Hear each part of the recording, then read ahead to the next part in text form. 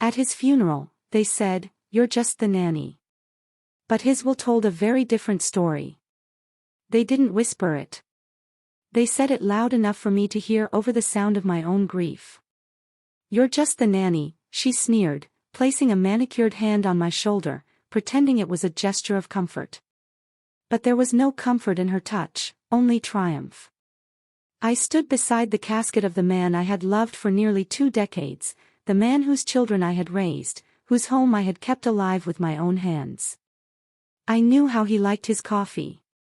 I remembered the names of his co-workers. I sat up with him through the night when his blood pressure soared, whispering that everything would be okay. I was there for every school play, every scraped knee, every lonely holiday when no one else bothered to show up. But in that moment, none of it mattered. To them, I was just the help. A placeholder. A woman who had orbited their world but was never allowed to truly belong. The room overflowed with polite sorrow and silent judgments. No one offered me a chair. No one said, "I'm sorry for your loss." I was invisible. Disposable. As if my grief didn't count. As if the years I sacrificed, the life I had poured into them, meant less than a bloodline. And I almost believed them. I almost let myself disappear inside that room filled with cold smiles and glassy stares.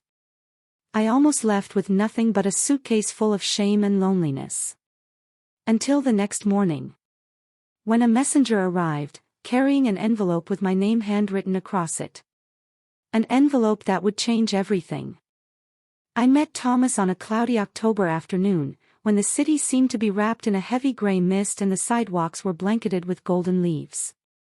He appeared at the supermarket like a man caught in a storm, rumpled suit, exhausted eyes, 2 small children darting ahead of him like loose kites in the wind. As I was picking out fruit for a lonely dinner, a can of tomato sauce rolled off a shelf and struck my foot.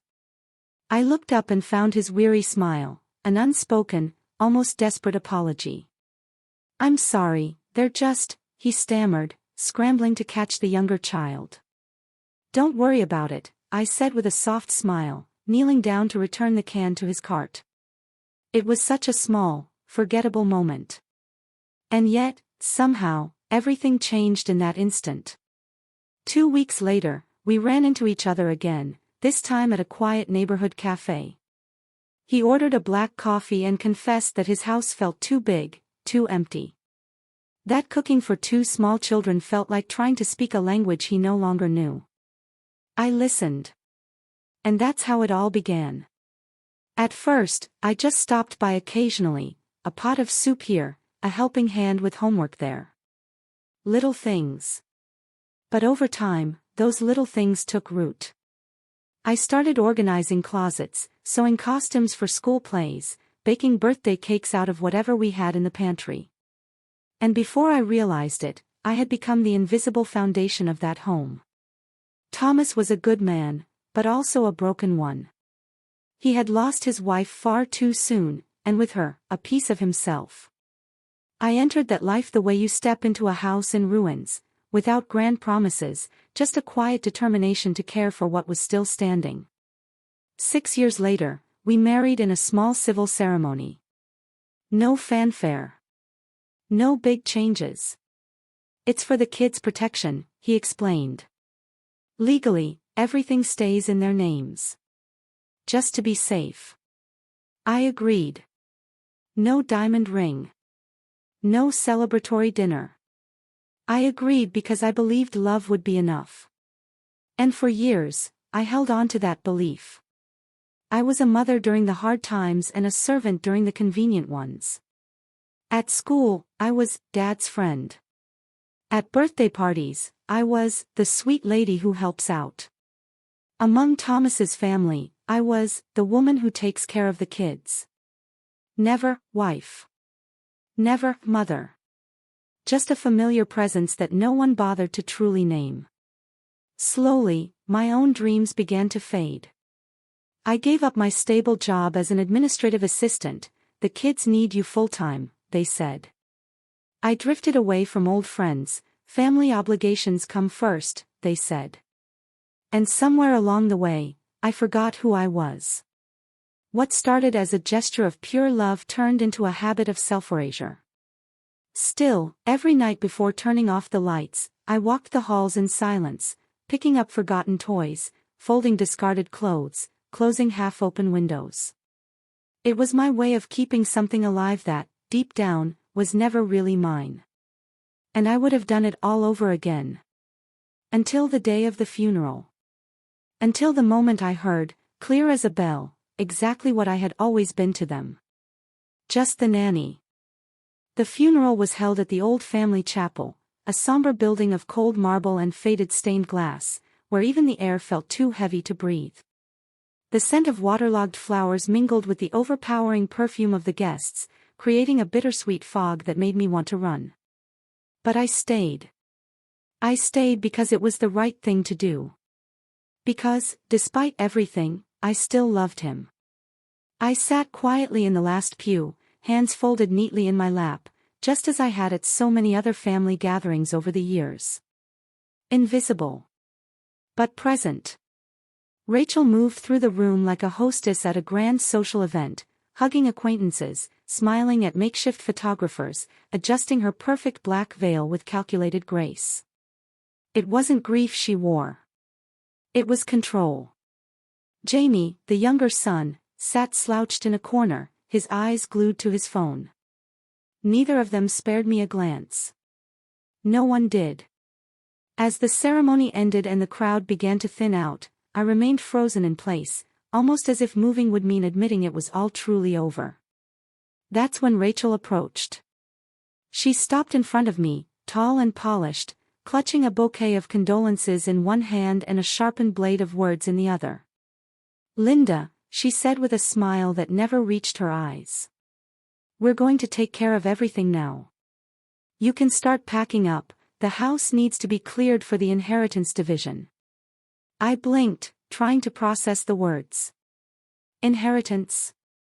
My voice was barely a whisper, as if saying it aloud might make it more real. Rachel tilted her head, her tone dripping with condescension. "Of course. We're the natural heirs, after all." Natural heirs. As if I had been a mistake. As if 15 years of dedication could be erased with a single legal formality. Before I could say a word, she turned and walked away, embracing a distant cousin who probably couldn't even remember Thomas's middle name. And as if to drive the humiliation deeper, I heard a child's voice ask from across the room. "Who's that?" "The new maid." Soft laughter followed, echoing through the marble hall like a slap across my face. I clutched my handbag tightly, the only anchor I had left. I didn't cry. I didn't argue. I didn't beg.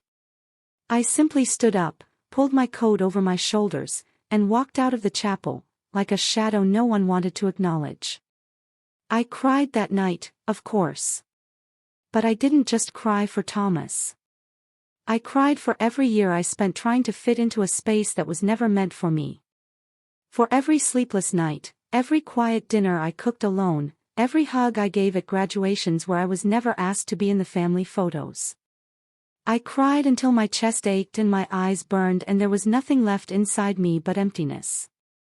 And when I finally fell asleep, it was with a strange, quiet certainty settling into my bones. They had never seen me. And maybe they never would. But that was about to change. 3 days passed after the funeral. 3 days where the house felt colder than it ever had.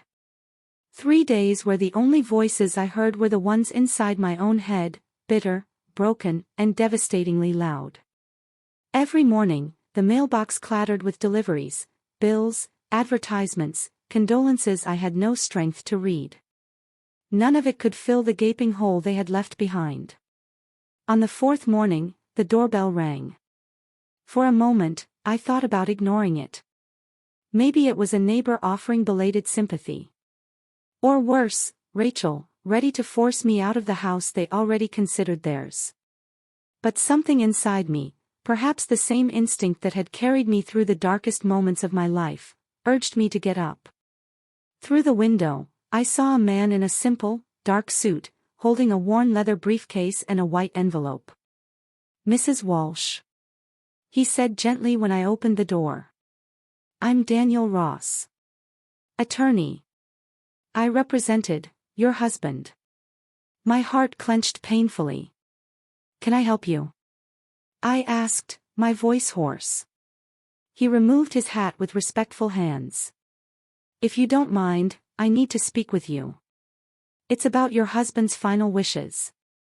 I led him to the kitchen, the same kitchen where I had prepared countless meals, where silence now hung like a thick curtain. I sat down across from him, folding my hands tightly in my lap, trying to appear composed. Daniel opened his briefcase and placed an envelope on the table, my name written on it in a handwriting I would have recognized anywhere. "Thomas left specific instructions," he explained softly. "This was to be delivered directly to you. No intermediaries. No family involved." The world seemed to slow down as my trembling fingers broke the seal. Inside was a letter. Simple. Raw. Written from the soul. "Linda. If you're reading this, it means I wasn't brave enough to say these words to you in life. You were the anchor that kept me from sinking. You were my family, even when I was too much of a coward to shout it from the rooftops. I'm sorry for the times I left you alone. I'm sorry for not protecting you the way you deserved. I want you to know that in my eyes, you were always the woman who held everything together. And that's why I'm leaving you what matters most. Our home. My private retirement fund. Not as payment, but as recognition. Live, Linda. Live for yourself now." The words blurred through my tears. But they were real. It was all real. Daniel slid another document toward me, the official copy of the will. "Everything is legally recorded," he said gently. "Thomas updated it 2 years ago. The children were not informed. It was his decision. His decision.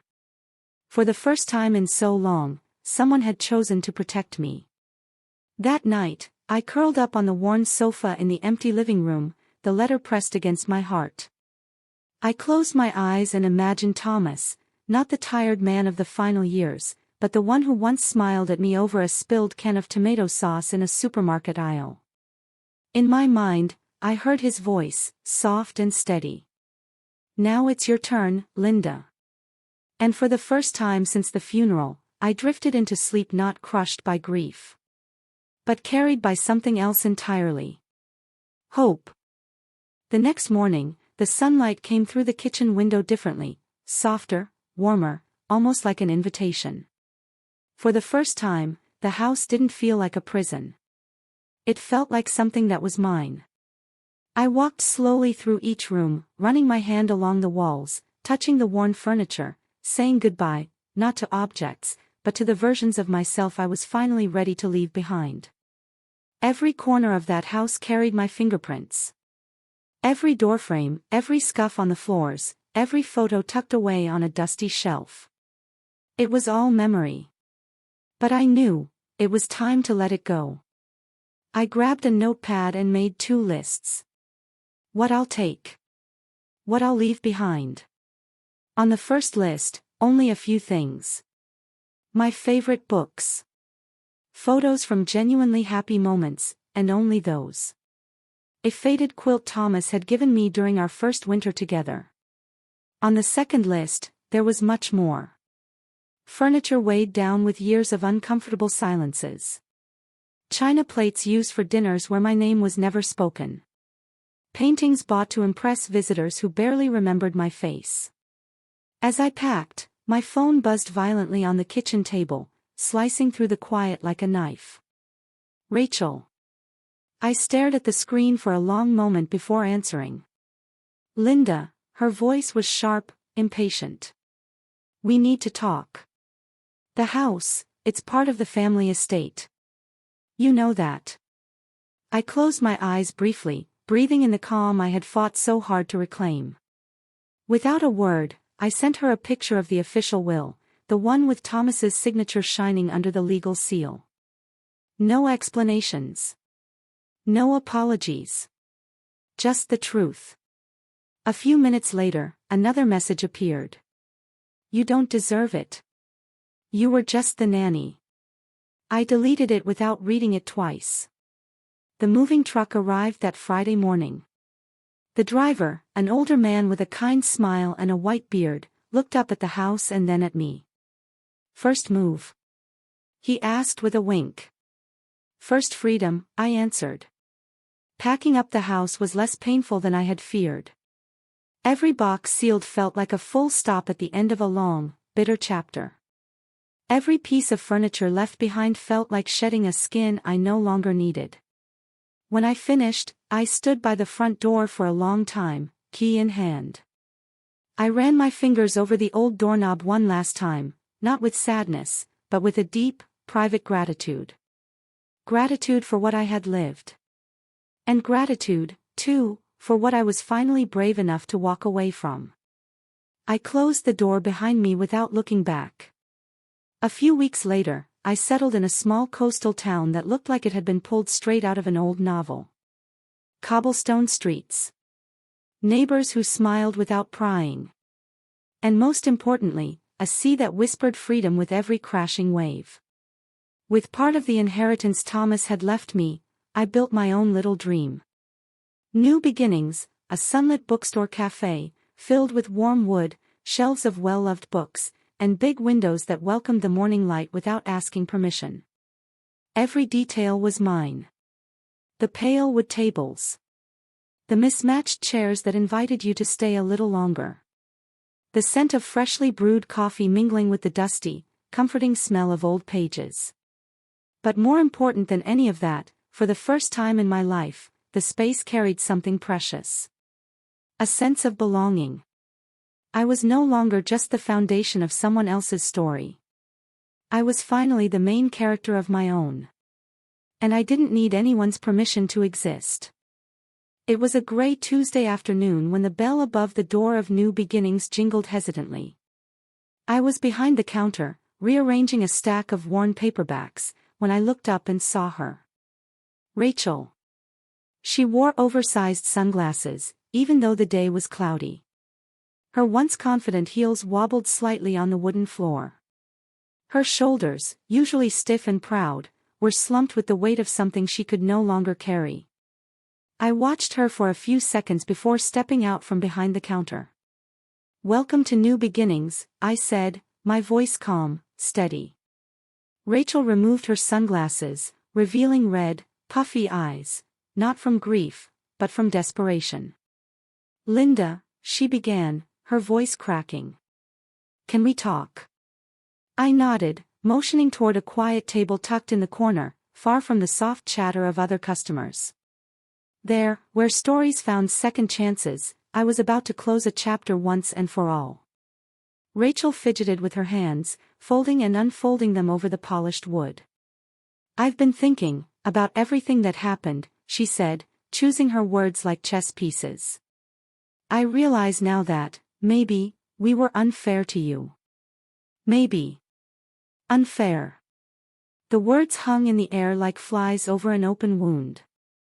What do you want, Rachel? I asked, not unkindly, but without giving her a single inch. She took a shaky breath, as if preparing for a dangerous leap. My husband's company, it's struggling. And, well, considering what you received. Her voice faltered before she pushed through. We thought maybe you could help us. Alone. Temporary, of course. It would be a nice gesture. A family gesture. Family. The irony was so sharp it almost made me laugh. Instead, I stood up, walked calmly to the counter, and returned with my phone. I placed it gently on the table between us. Do you mind if I record this conversation? Just so there's no misunderstandings later. Rachel's face drained of color. Linda, that's not necessary. I came in peace. No, Rachel, I said, my voice steady as a blade. You came for money. The same way you always came, with open hands and closed hearts. She opened her mouth to object, but no words came out. I leaned forward, crossing my arms on the table. You didn't see me when I cooked for your celebrations. You didn't see me when I nursed your brother through his asthma attacks. You didn't see me when I kept that house breathing while all of you were too busy to notice. I let the silence sink deep between us before finishing. And now, suddenly, you see me. Rachel lowered her gaze, unable to meet mine. I'm sorry, she whispered, so softly I could barely hear it. But I knew the truth, it wasn't regret she felt. It was fear. I genuinely hope you find whatever it is you're looking for, Rachel, I said, rising to my feet. But it won't be here. And it certainly won't be at my expense. I stood, signaling that the conversation, and the dynamic between us, was over. Rachel hesitated for a moment, as if wanting to say more. But in the end, she simply turned and walked out, the click of her heels fading into the quiet hum of my cafe.